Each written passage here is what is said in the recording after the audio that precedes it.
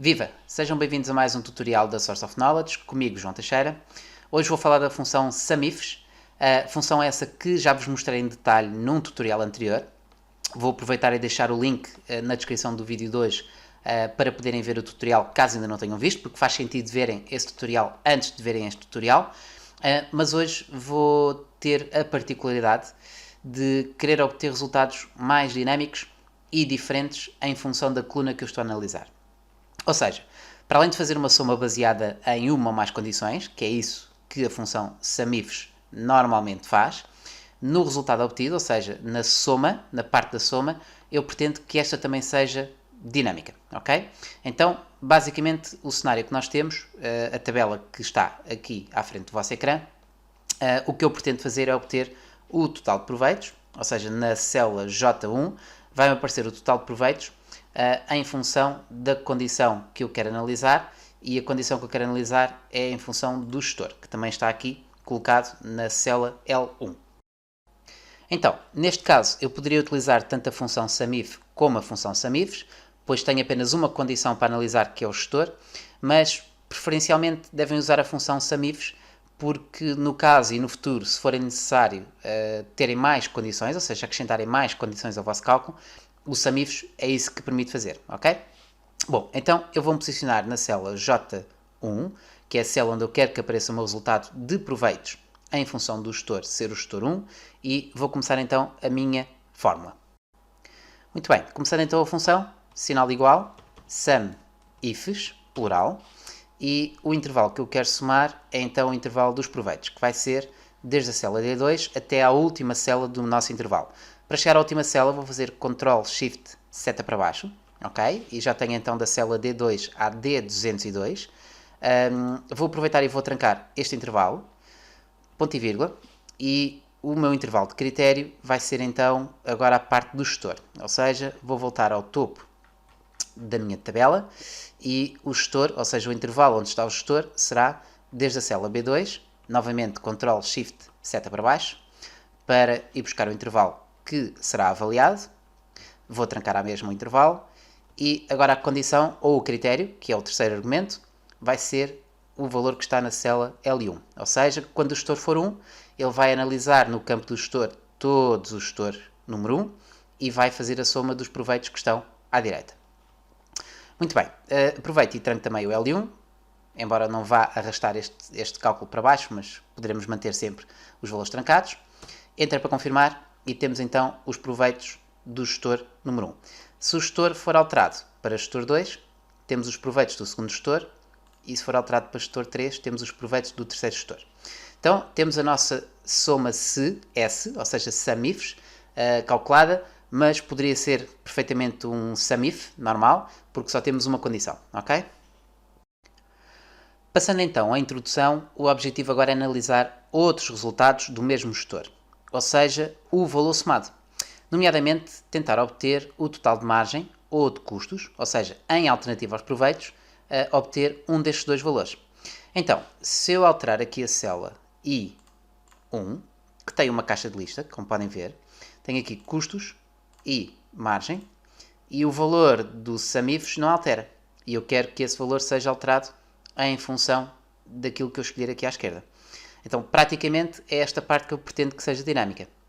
E, neste caso, hoje especificamente, vou utilizar as funções index e match para criar esse dinamismo.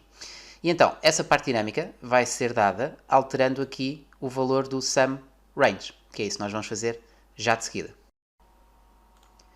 Então, aproveitando o nosso intervalo que está selecionado, a parte do SUMRange vou remover e vou introduzir a função index. Bom, então o index nós temos três argumentos, teoricamente ou normalmente. Temos o array, que é o intervalo onde estão os valores que nós queremos encontrar. Depois temos o número da linha e o número da coluna. Então, o meu intervalo vai ser dado através da célula D2, e agora, como vai ser os proveitos, os custos e a margem todos, vou fazer Ctrl Shift para baixo para ir até ao final dos proveitos, e depois duas colunas para a direita, ou seja, duas vezes seta para a direita. E o meu intervalo vai ser trancado e passo para o segundo argumento, que é o número da linha.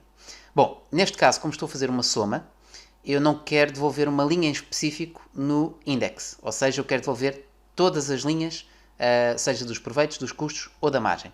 Então, neste caso, nós vamos ignorar o número da linha. Basicamente, podemos fazer ponto e vírgula novamente, ou seja, passar para o terceiro argumento e deixá-lo em branco, mas se quiserem podem optar por colocar o zero, que vai dar ao mesmo, ou seja, colocar o zero é ignorar, é o mesmo perfeito que ignorar o valor. Bom, e agora, no número da coluna, é que eu vou pedir ajuda, neste caso à função match, para me dar o número da coluna em função daquilo que eu pretender. Ou seja, deixa-me só puxar aqui para cima as ajudas. Eu quero que seja a coluna 1 para proveitos, 2 para custos ou 3 para margem.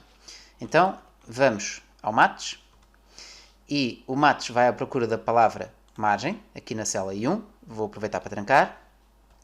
Valor esse que está algures neste intervalo, D1, F1.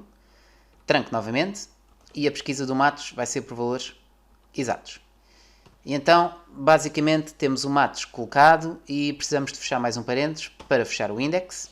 E então, o sum range, em resumo, é dado pelo index com o match. Index que tem um intervalo com 3 colunas, no qual é devolvida, ou são devolvidas todas as linhas desse intervalo, mas cujo match é que nos está a dar efetivamente a parte dinâmica em que escolhemos a coluna dos proveitos, dos custos ou da margem.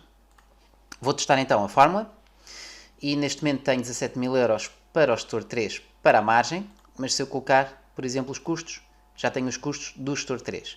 E se eu colocar os proveitos, tenho os proveitos do gestor 3. Se eu alterar o gestor para gestor 1, tenho então proveitos e custos e margem. Então, totalmente dinâmico. O que é que vos parece? Temos a parte do intervalo a somar também dinâmico.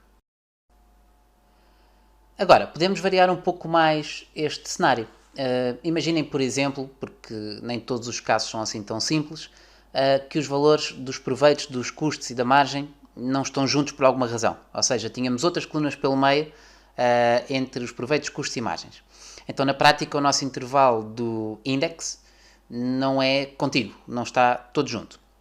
Bom, então vamos supor que temos alguma coisa deste género assim. Eu vou inserir aqui uma coluna pelo meio e aqui outra coluna pelo meio e tínhamos aqui outro tipo de indicadores. Bom, eu vou só fazer aqui uma pequena alteração. Vou colocar aqui os valores de proveitos, custos e margem. Já vou explicar porquê, está bem? Mas vocês podem pôr esta lista noutro sítio qualquer, inclusive eu tenho aqui a lista com os valores auxiliares para a caixa de verificação do Data Validation poder ser colocado. Por isso podem utilizar uma lista noutro local. Bom, então vou fazer aqui uma ligeira alteração à nossa fórmula, nomeadamente aqui a parte do index, ok? É aqui que eu vou fazer essa alteração. Então, na prática, como podem ver, o nosso intervalo está a ser dado por estes valores todos contíguos, mas agora já temos aqui colunas pelo meio e isso interfere no resultado obtido. Então, o que eu vou fazer é, no intervalo, vou retirar novamente o intervalo do index e vou pôr os 3 intervalos separados, ou seja, proveitos, ponto e vírgula. Agora vou aos custos, ou seja, Ctrl Shift setinha para cima, até chegar aos custos, F4, ponto e vírgula, e margem, outra vez, de cima para baixo, Ctrl Shift seta para baixo, para ter então a parte da margem. Ou seja, vocês podem usar sempre o controle para cima, para baixo, para a esquerda e para a direita, para selecionar os intervalos quando eles são muito grandes. Bom, então o que é que eu fiz aqui? Selecionei o primeiro intervalo, o segundo intervalo, e o primeiro intervalo falta-me trancar. Vou trancar, agora sim, está tudo trancado. Tenho então os 3 intervalos, mas se repararem já estamos no column number do index.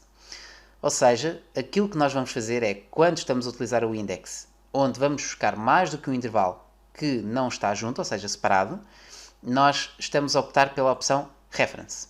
E aqui na opção Reference, aquilo que nós temos que fazer para que todos os intervalos sejam circunscritos dentro do array, digamos assim, temos que circunscrever estes valores todos, sejam 3, 4, 5, aqueles intervalos que vocês quiserem, circunscritos dentro de parênteses. Então, a minha reference, que é o meu array, só que são vários arrays, praticamente, está inserida dentro dos parênteses.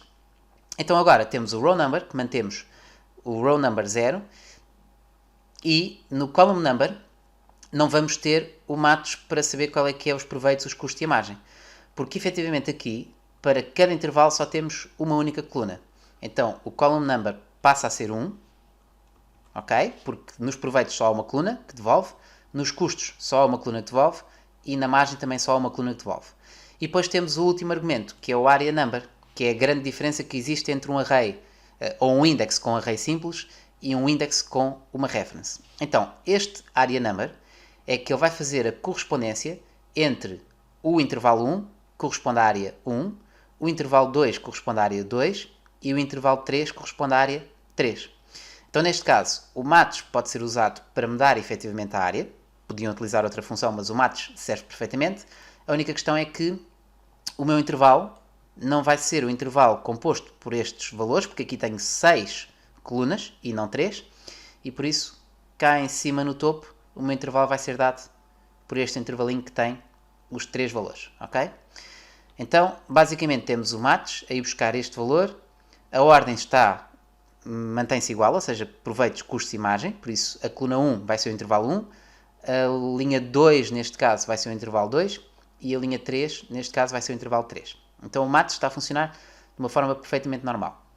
E a nossa fórmula funciona à mesma, sem qualquer problema, quando nós aplicamos os proveitos, custos ou margem, independentemente do intervalo estar junto ou não. Aí está, chegamos ao fim de mais um tutorial, com uma dica que, na minha opinião, acho que é bastante útil, por isso espero que possam aplicá-la desde já nos vossos fecheiros. Hoje falámos essencialmente sobre o Samifs, mas tornámo-lo um pouco mais dinâmico, ou seja, para além de obtermos um resultado a partir de uma ou mais condições, esse mesmo resultado também é dinâmico, hoje dado através das funções index e matos. E então já sabem, espero pelos vossos comentários. Se gostaram do vídeo, por favor, coloquem um grande like e partilhem. Se ainda não subscreveram o canal, por favor, carreguem no botão e no sininho para as notificações. E da minha parte é tudo. Espero que tenham gostado. Mais importante, não se esqueçam de praticar e vemos em breve no próximo vídeo.